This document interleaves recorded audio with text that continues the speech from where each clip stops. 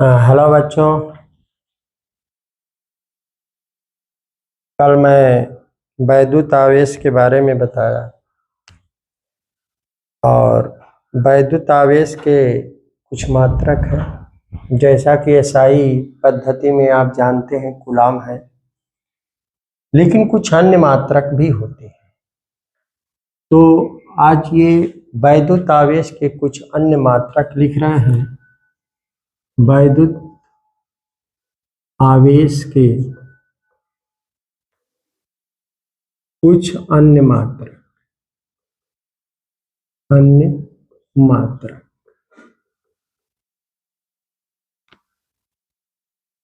CGS पद्धति में ईएसयू होता है, इलेक्ट्रोस्टैटिक यूनिट। सीजीएस पद्धति में ईएसयू होता है, इलेक्ट्रोस्टैटिक यूनिट पढ़ते हैं। एक कूलाम आवेश बराबर होता है 3 × 10⁹ ईएसयू। दूसरा एक और है electromagnetic unit, EMU, electro magnetic unit,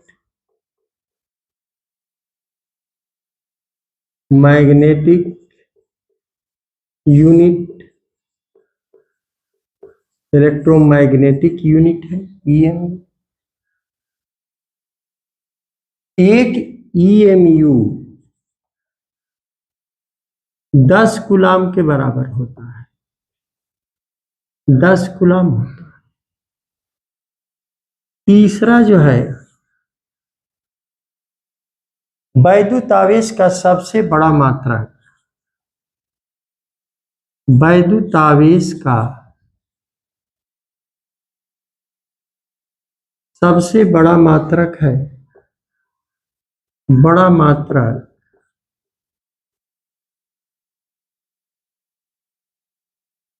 Faraday है। फैराडे एक फैराडे आवेश बराबर 96,500 कूलाम होता है। ये 96,500 कूलाम आवेश आया कहां से? तो 1 मोल इलेक्ट्रॉन का आवेश है। 1 मोल इलेक्ट्रॉन का आवेश एक फैराडे आवेश कहलाता है। इस बात को नोट में आप लिख सकते हैं। 1 मोल इलेक्ट्रॉन, जानते हैं कि 1 मोल में कितने इलेक्ट्रॉन होंगे? तो अवोगाद्रो संख्या के बराबर होंगे 6.023 × 10⁻23, जो कि अवोगाद्रो संख्या होती है। तो 1 मोल इलेक्ट्रॉन का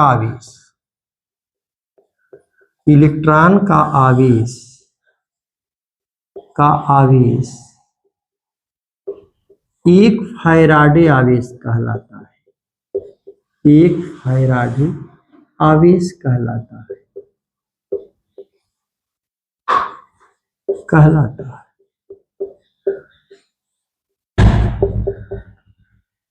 तो ये वैद्युत आवेश के कुछ मात्रक हुए। इसका विमीय सूत्र जानते हैं, I बराबर Q/T, तो Q बराबर IT।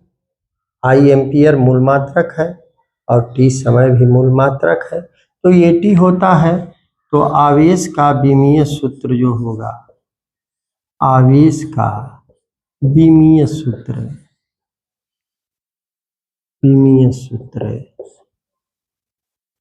AT होता है। ये कहिए चाहे AT कहिए। तो ये वैद्युत आवेश के मात्रक और विमीय सूत्र। अब हम बात करेंगे आज वैद्युत बल पर। वैद्युत बल पर बात करेंगे।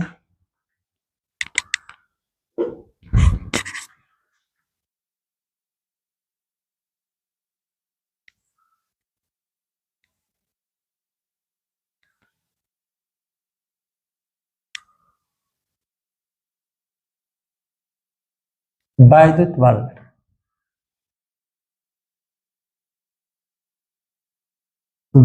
बल इलेक्ट्रिक फोर्स।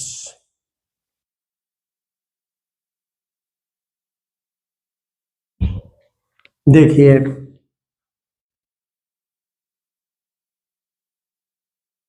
किसी अगर वैद्युत क्षेत्र में कोई भी अगर चार्ज पार्टिकल होगा, चार्ज होगा, तो उस पर वैद्युत बल लगता है। धन आवेश पर बल वैद्युत क्षेत्र की दिशा में, और ऋण आवेश पर बल वैद्युत क्षेत्र के विपरीत लगता है। अब बात यह है कि वैद्युत क्षेत्र आता कहां से? वैद्युत क्षेत्र आवेश के कारण पैदा होता है। अगर कोई चार्ज पार्टिकल या चार्ज है, प्लेट है, वस्तु है, आवेशित है, तो उसके चारों ओर एक वैद्युत क्षेत्र पैदा हो जाता है। अगर समझिए जैसे कोई ये प्लस चार्ज है, तो इसके चारों ओर वैद्युत क्षेत्र ये पैदा हो जाएगा, ये इलेक्ट्रिक फील्ड बना लेगा ये अपने चारों ओर। इसकी तीव्रता धीरे धीरे घटती चली जाएगी, अनंत तक ये जाएगा वैद्युत बल रेखा। और ऋण आवेश में ये होता है कि यही वैद्युत क्षेत्र जो है अनंत से बिल्कुल इसके तरफ आती है। बिल्कुल ये वैद्युत क्षेत्र जो है किसी भी आवेशित चालक के पृष्ठ के लंबवत होती है, वैद्युत बल रेखा है ये। तो कोई भी चार्ज अगर रखा जाता है तो उसके चारों ओर एक इलेक्ट्रिक फील्ड पैदा होता है। तो अगर ये चार्ज हम यहां रख दिए तो इसके कारण इलेक्ट्रिक फील्ड पैदा हो गया, और दूसरा हम चार्ज रख दिए तो इसके कारण ये इलेक्ट्रिक फील्ड पैदा हो गया। तो अब इसके इलेक्ट्रिक फील्ड में ये चार्ज पड़ा है, तो इसके कारण ये इस पर फोर्स लगेगा, और इसके इलेक्ट्रिक फील्ड में ये पड़ा है तो इसके कारण इस पर फोर्स लगेगा। इस तरह से जब दो आवेश एक दूसरे से कुछ दूरी पर रखे जाएंगे तो उनके बीच वैद्युत बल कार्य करने लगेगा। तो दो आवेश जब एक दूसरे से कुछ दूरी पर रखे होते हैं तो उन पर कितना वैद्युत बल कार्य करता है, इसका माप कूलाम में बता रहा है। इसका मेजरमेंट, इस इलेक्ट्रिक फोर्स का मेजरमेंट कैसे करते हैं? तो कूलाम का नियम यहां दिखा रहे हैं। कूलाम का नियम, कूलाम का नियम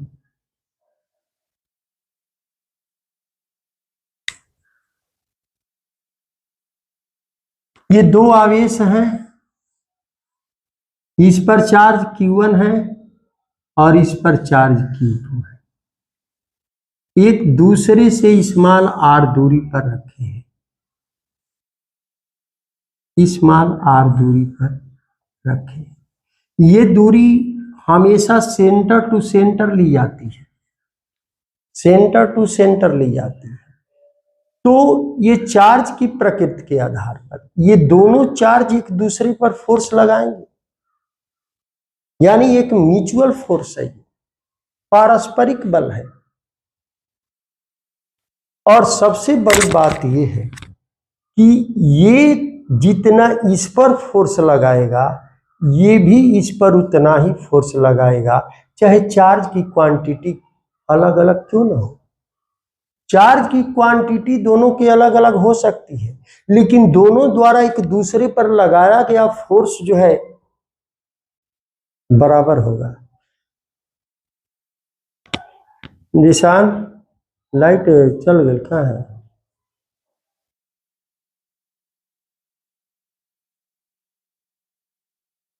हाँ, तो ये दोनों चार्ज एक दूसरे पर बराबर बल लगाएंगे, चाहे इस चार्ज की क्वांटिटी कुछ भी हो, अलग अलग हो सकती है। अब ये फोर्स दो तरह का होता है, एक अट्रैक्शन आकर्षण बल हो सकता है और प्रतिकर्षण बल हो सकता है। दोनों आवेश की प्रकृति अगर सेम है, दोनों पॉजिटिव है या दोनों निगेटिव है, तो प्रतिकर्षण बल लगेगा। इधर जितना बल लगाएगा ये इस पर, उतना ही इधर भी ये इस पर लगाएगा। ये बल बराबर रहेंगे, भले ये अलग अलग होगा। अगर दोनों की प्रकृति सेम है, दोनों पॉजिटिव या दोनों निगेटिव है, तो प्रतिकर्षण बल लगेगा।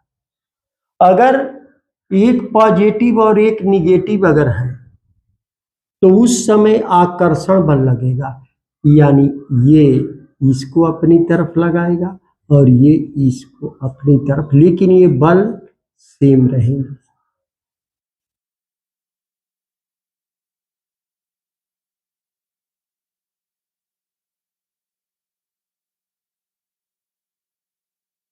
तो इस पर कूलाम ने जो नियम दिया है इस फोर्स के मेजरमेंट के लिए, वो कहा है कि जब ये दोनों हम फिगर बना देते हैं, एक ये आकर्षण का है और ये प्रतिकर्षण का है, ये प्रतिकर्षण का है। अगर Q1 Q2 ये R,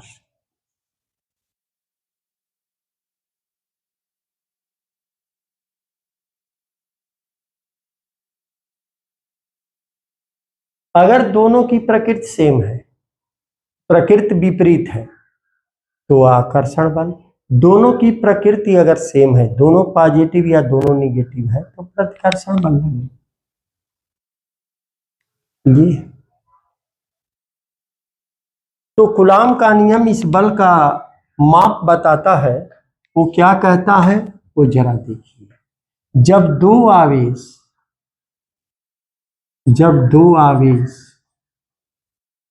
एक दूसरे से कुछ दूरी पर रखे होते हैं, एक दूसरे से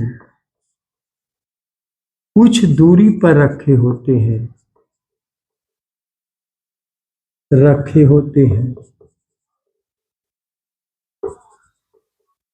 तब उनके बीच आकर्षण या प्रतिकर्षण बल कार्य करता है। आकर्षण या प्रतिकर्षण बल कार्य करता है, बल कार्य करता है। यह बल दोनों आवेशों के गुणनफल के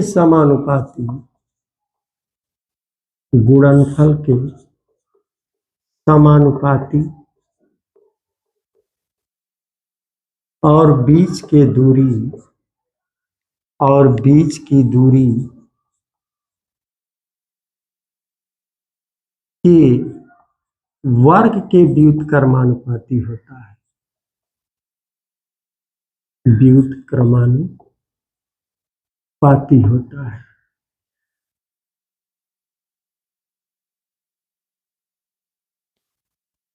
यानी अगर ये दो चार्ज हो गए, Q1 Q2,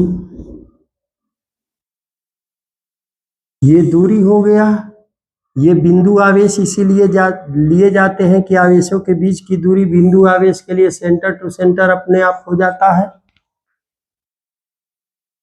अब मान लीजिए आकर्षण बल लगा रहे हैं, विपरीत प्रकृति के हैं दोनों, तो F समानुपाती Q1 Q2 और F समानुपाती 1/r²।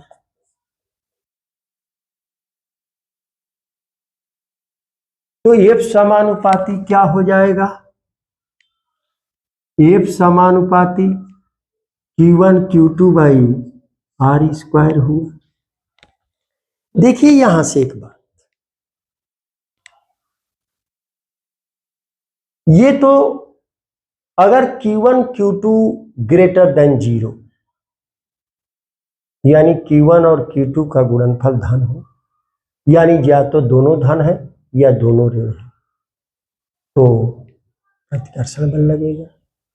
अगर एक धन है और एक ऋण है तो Q1 Q2 लेस देन 0 ऋण हो जाएगा, तो उस समय आकर्षण बल लगेगा।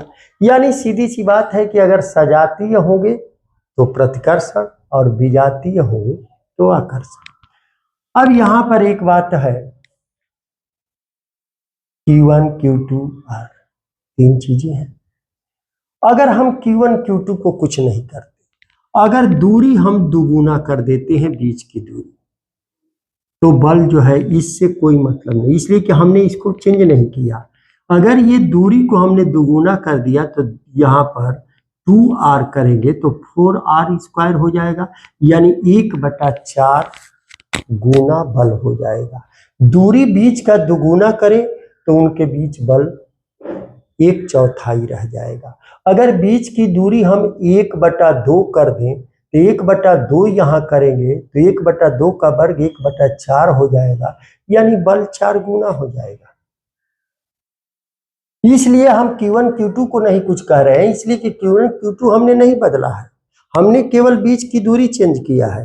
तो बीच की दूरी जब हम दुगुना किए तो बस इसको दुगुना देखेंगे तो ये 1/4 हो जाएगा, बल 1/4 हो गया। अगर बीच की दूरी आधा किए तो 1/2 का वर्ग 4 गुना हो गया।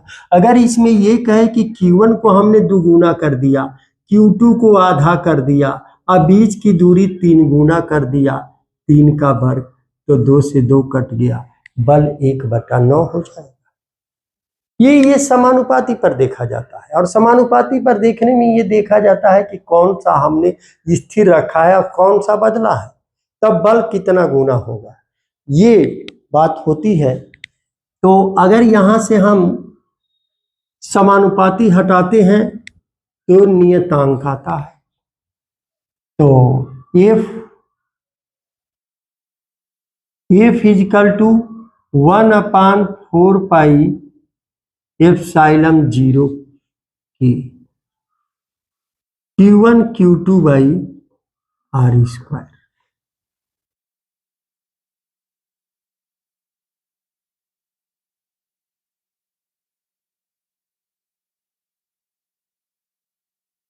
ये 4 पाई से तो मतलब है, ये तो फिक्स बात। दो चीजें आ गया, एप्सिलॉन 0 और के।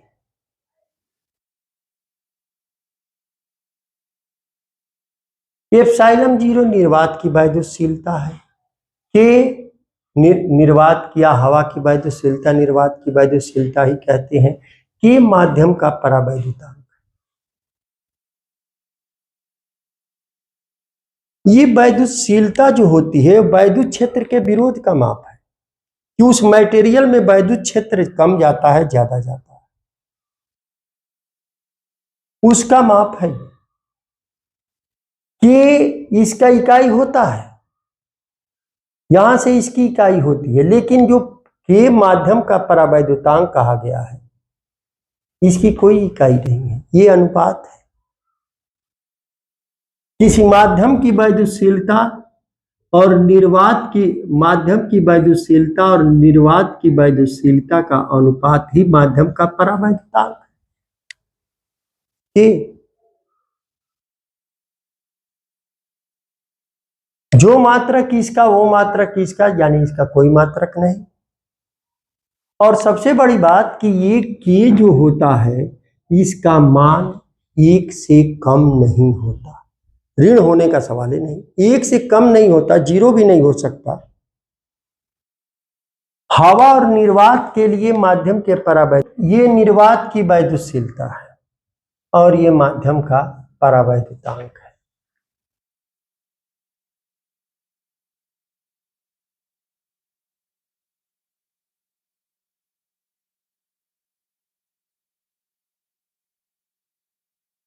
जहां एप्सिलॉन 0 निर्वात अथवा हवा की वैद्युतशीलता, वैद्युतशीलता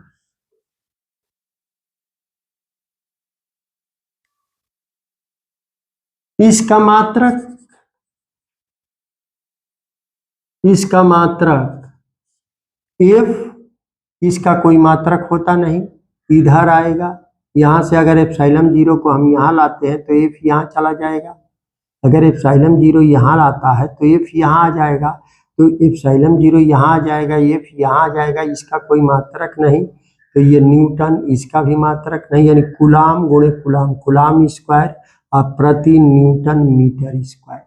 इसका मात्रक कूलाम स्क्वायर प्रति न्यूटन मीटर स्क्वायर होता है।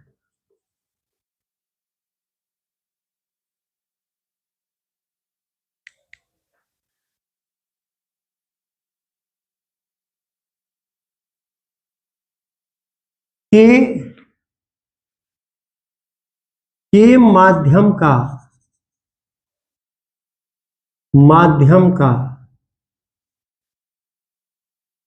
परावैद्युतांक है, परावैद्युतांक। तो ये माध्यम का परावैद्युतांक क्या होता है? ये माध्यम की वैद्युतशीलता और निर्वात की वैद्युतशीलता के अनुपात को कहते हैं। माध्यम की वैद्युतशीलता, वैद्युतशीलता परावैद्युतांक है, माध्यम का परावैद्युतांक। माध्यम का परावैद्युतांक, परावैद्युतांक की माध्यम की वैद्युतशीलता, की वैद्युतशीलता, वैद्युतशीलता और निर्वात की वैद्युतशीलता, और निर्वात की वैद्युतशीलता शीलता का अनुपात होता है, का अनुपात होता है।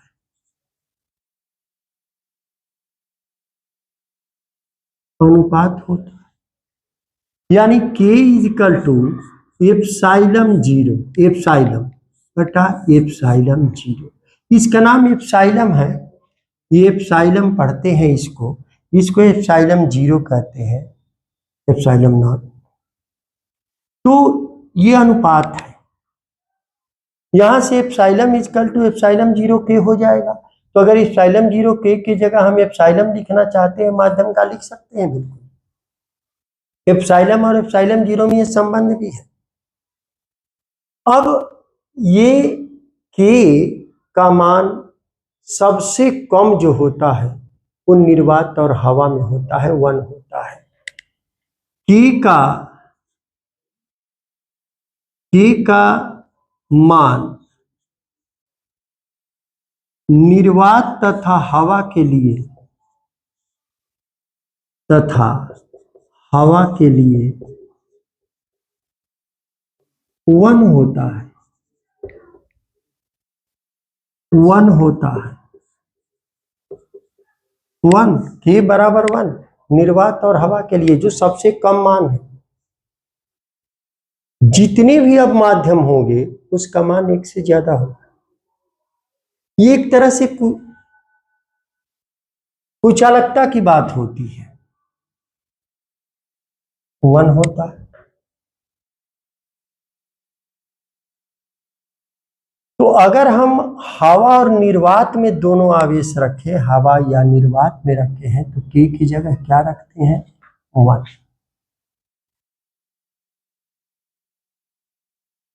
यदि आवेश हवा या निर्वात में है, निर्वात में है, निर्वात में है, तब एफ इजकल टू हो जाएगा 1/4 पाई एप्सिलॉन 0 के की जगह 1 Q1 Q2 by are square. अब 1/4 पाई एप्सिलॉन 0 का मान बिल्कुल फिक्स है,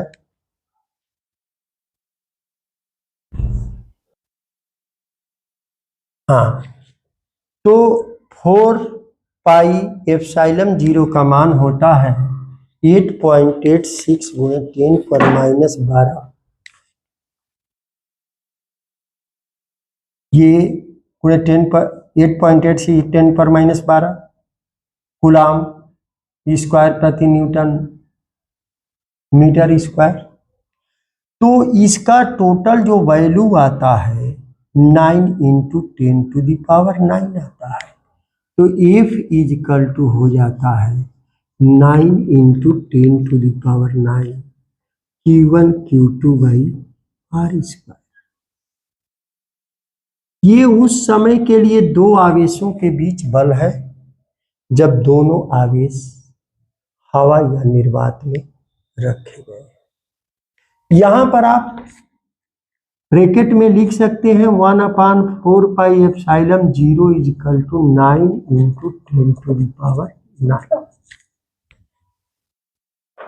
हो जाता। अब यहां जरा हम निर्भरता Q1 Q2 और R का आपने देखा है, जरा हम K की निर्भरता जैसे कि इस पर हम दिखाएं